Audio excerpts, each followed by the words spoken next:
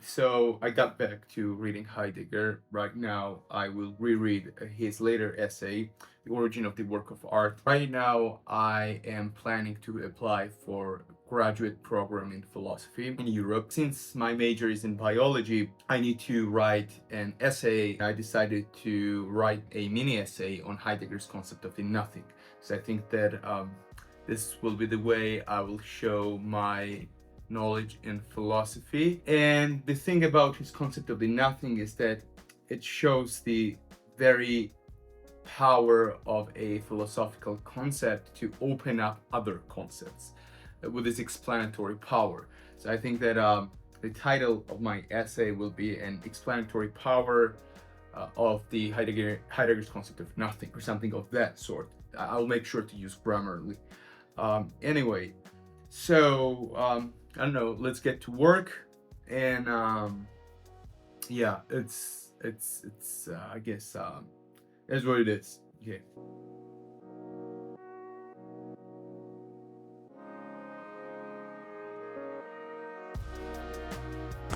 All right, so I decided to take a walk, or maybe have a quick calisthenic workout. In the middle of the day, I felt lethargic. I was like, maybe, I thought I could have a quick workout in the public square, but it was not a good idea because at 5 p.m. It was too overcrowded. Everyone's screaming. Right now in Georgia, there are lots of Russians. Literally, the city is swarmed by them. Russians, as Oswald Spengler accuses them, are very nomadic, and especially the ones who have fled Russia, and they're always outside. They have literally occupied the public square, so it was impossible to film there. Right now, I'm going to meet my cousin. We're going to have a quick walk, and maybe I could even squeeze in some workout. Generally, when I feel lethargic or tired, what I do is to go and add some more stress and some more fatigue, and it cancels out the previous one. You see, human life is not like math. Here, adding one type of tiredness to another actually cancels it out, as opposed to having an additive effect. Now, there is one thing about like vlogging or trying to have a conversation with an inanimate object, which I find very productive since I need to help my broken English. But there's one thing. Every time I haven't tweeted, every time I tried vlogging, it felt really, really narcissistic.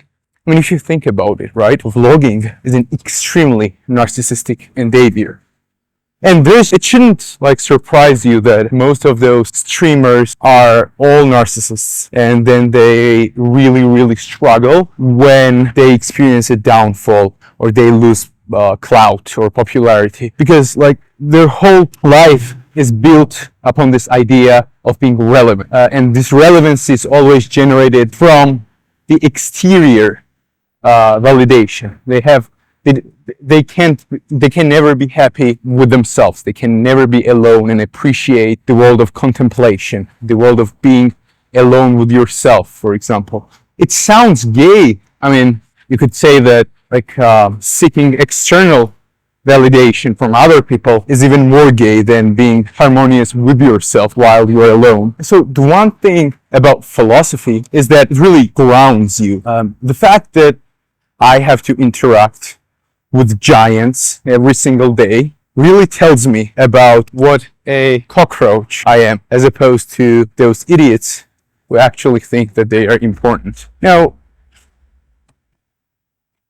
you might generally assume that understanding difficult philosophers like Martin Heidegger, for example, or Jean Gebser or Oswald Spengler, comes with a form of arrogance whereby you're like, oh, I'm so smart, I can engage with difficult stuff, and so on and so forth. But actually, there's a reverse side to it, namely that you really realize the depth, the abyss of difference between you and some giant who completely transcends your mental capacities. So every time I Every time I experimented with vlogging, it's like a camera is following you, and the whole configuration is that you're very important. At that moment, I mean, just think about it. Like if you're doing like YouTube videos, and if you have that that impulse within you to believe that you deserve to be in the center of the world, there is a narcissism to it. And I think that people who are like professional streamers, it's like being exposed to camera every single day kind of exaggerates and exacerbates your existing narcissistic tendencies. Because like when I first tried vlogging, it's like you're going around, camera is following you, and yeah, you're developing this feeling that you are very, very important. People should listen to you.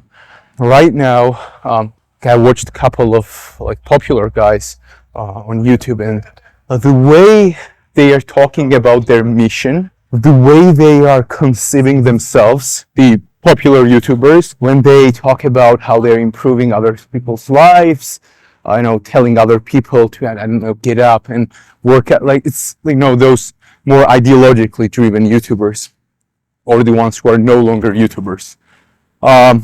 People, like I'm walking around, and I get some angry looks. Some people might think that I'm Russian, and Georgian people have some animosity towards Russians since they have been torturing us for centuries. And when I'm vlogging, they think that I'm Russian. I get those some angry, frustrated looks. I think I'm seeing my cousin. A 46 centimeters of bicep is coming towards me. So I'm telling them that, told them that a 46 centimeter of biceps is coming towards me. 43. You're 43. exaggerating. And unfortunately, he's covering it since he's trying to become, or not even trying, but he's already on his way of becoming a theologian. So he started to cover up his enormous musculature. Okay, so imagine you're in a philosophy class, an Orthodox Christian with huge muscles comes in, and they're like, and they introduce a new form of apologetics. By the way, me and him, we developed a new type of apologetics, Christian apologetics. So in Western world, there are like Calvinists, like a presuppositionalist school of apologetics, which tries to convince you that God exists because you cannot account for transcendentals without, a reference to God. Then there is this evidentialist school, William Lane Craig, for example, who thinks that their faith can be reasonable and faith can be accessed through scientific discoveries and rational argumentation, and so on. There are other schools of apologetics, okay? And we developed a new one, a Georgian Orthodox apologetics. And it works like this. You approach an atheist. Do you believe in God? No. Right, that's how it works. So, you see, I think it's very effective. Of course, it's a joke, but it is what it is, right? It's a cultural difference. I mean, you can't say anything about it. If you have any problem with that, then you are a racist and a xenophobe. It's our culture, okay? It is what it is. So what I was talking. So before we met, I was talking about streaming and how streamers develop this narcissistic personality, and like no wonder that this like streamers, they get into a massive depression when their popularity drops. Your whole life is basically built on this idea that you're relevant. And then I was talking about how like those new red pill guys and new ideologically driven YouTubers or internet personalities, when I listen to them, they seem as if they are in the center of the world, as if they are like huge political figures who are going to be remembered for histories and generations and generations. It's as if their speech is so important that it has some form of philosophical weight to it. And I think that in United States, like there is a whole messiah complex going on there. Like every YouTuber who probably like exceeded like 500,000 subscribers, they probably believe that they are like messiahs. Probably it will happen to me, but I don't think so, because what I said above was that yeah, philosophy really immunizes you from those mundane diseases, like narcissism, for example. How many guys do you know who can do this and have Heidegger in his head? I want to squeeze in a little workout. Wait a second.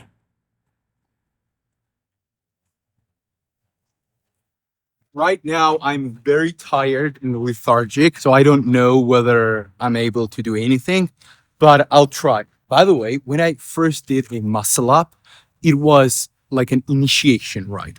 I thought that I was on top of the earth. And by the way, the muscle up thing is really good. It is a very symbolic type of workout where you have this feeling of completely subjugating and controlling your body. You can lift your body. It's very good. I don't know whether I'll be able to do it right now, so I might fail. But I'll try. Oh, it's raining, so it's slippery. One additional excuse.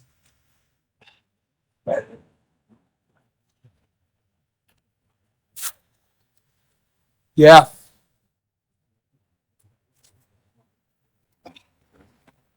I nearly fucked myself up. It is what it is. Oh, let's do it. Wait. Let's do 8 reps, just pull-ups. No one wants to see how you really are. Cover yourself up. Learn how to speak. Learn how to engage politely. It's raining. Every time I go out, something bad happens. No, actually, when we meet, it always starts to rain. It's a sign. I will.